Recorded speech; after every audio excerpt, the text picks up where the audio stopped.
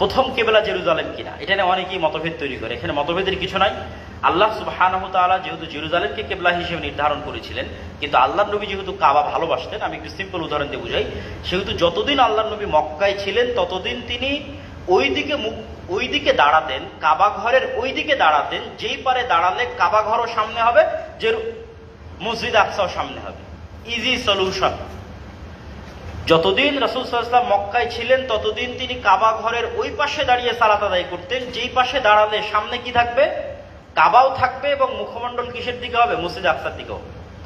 এই জন্য যতদিন উনি মক্কায় ছিলেন ততদিন আর এটা ফুটে ওঠেনি যে কেবলা মসজিদ আকসা। কেন? তখন কেবলা সেম টাইম কাবাও, সেম টাইম মসজিদ আকসা। কিন্তু যখন মুহাম্মদ সাল্লাল্লাহু আলাইহি ওয়াসাল্লাম হিজরত করে মদিনায় আসলেন, তখন তো আর তার পক্ষে সম্ভব নয় যে তিনি এট এ টাইম দুইটা মসজিদকে সামনে রাখবেন। এটা তো সম্ভব না।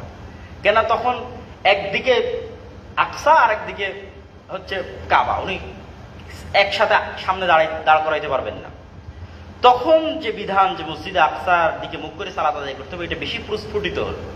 তখন তিনি কাবা বাদ দিয়ে মসজিদে আকসার দিকে মুখ করে সালাত আদায় করতে লাগলেন, এবং এটাই তার মনের কষ্ট ছিল যে আমি কাবার দিকে, যেহেতু উনি জন্মগতভাবে কাবার সম্মান এবং শ্রেষ্ঠত্ব বাই বর্ন বাই ডিফল্ট, ওনার বংশ, ওনার পরিবার, ওনার শহর, ওনার এলাকা, ওনার জন্মস্থান, ওনার শৈশব, ওনার কৈশোর, ওনার যৌবন, সবকিছু কাবাঘর কেন্দ্রিক।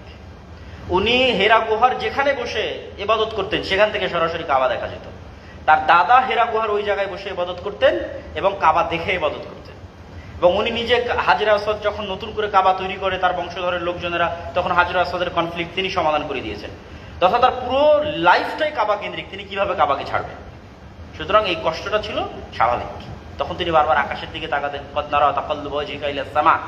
তখন আল্লাহ সুবহানাহু ওয়া তাআলা কেবলা পরিবর্তন করে দিলেন যে ঠিক আছে, এখন থেকে তুমি কাবার দিকে মুখ করে সালাত আদায় করো। কিন্তু এই যে 17 মাস অথবা মক্কায় থাকা অবস্থায় মসজিদ আকসার দিকে মুখ করে সালাত আদায় করা, এটাই ইসলামকে মসজিদ আকসার দাবিদার করে দেয় এবং মদিনার খ্রিস্টান এবং ইহুদিদের কাছে প্রুভ করে যে মুহাম্মদ সাল্লাল্লাহু আলাইহি ওয়াসাল্লাম সত্য দ্বীনের অনুসারী এবং মুহাম্মদ সাল্লাল্লাহু আলাইহি ওয়াসাল্লাম মিল্লাতে ইব্রাহিমের সত্য দাবিদার। বিকজ মুহাম্মদ সাল্লাল্লাহু আলাইহি ওয়াসাল্লাম মসজিদ আকসার সাথে কানেক্টেড নন, মসজিদ আকসার সম্পর্কে তিনি অত বেশি জানেন না, তার শৈশব কৈশোর মসজিদ আকসার সাথে কানেক্টেড নয়, তারপরও কেন তিনি মসজিদ আকসার দিকে মুখ করে সালাত আদায় করেন?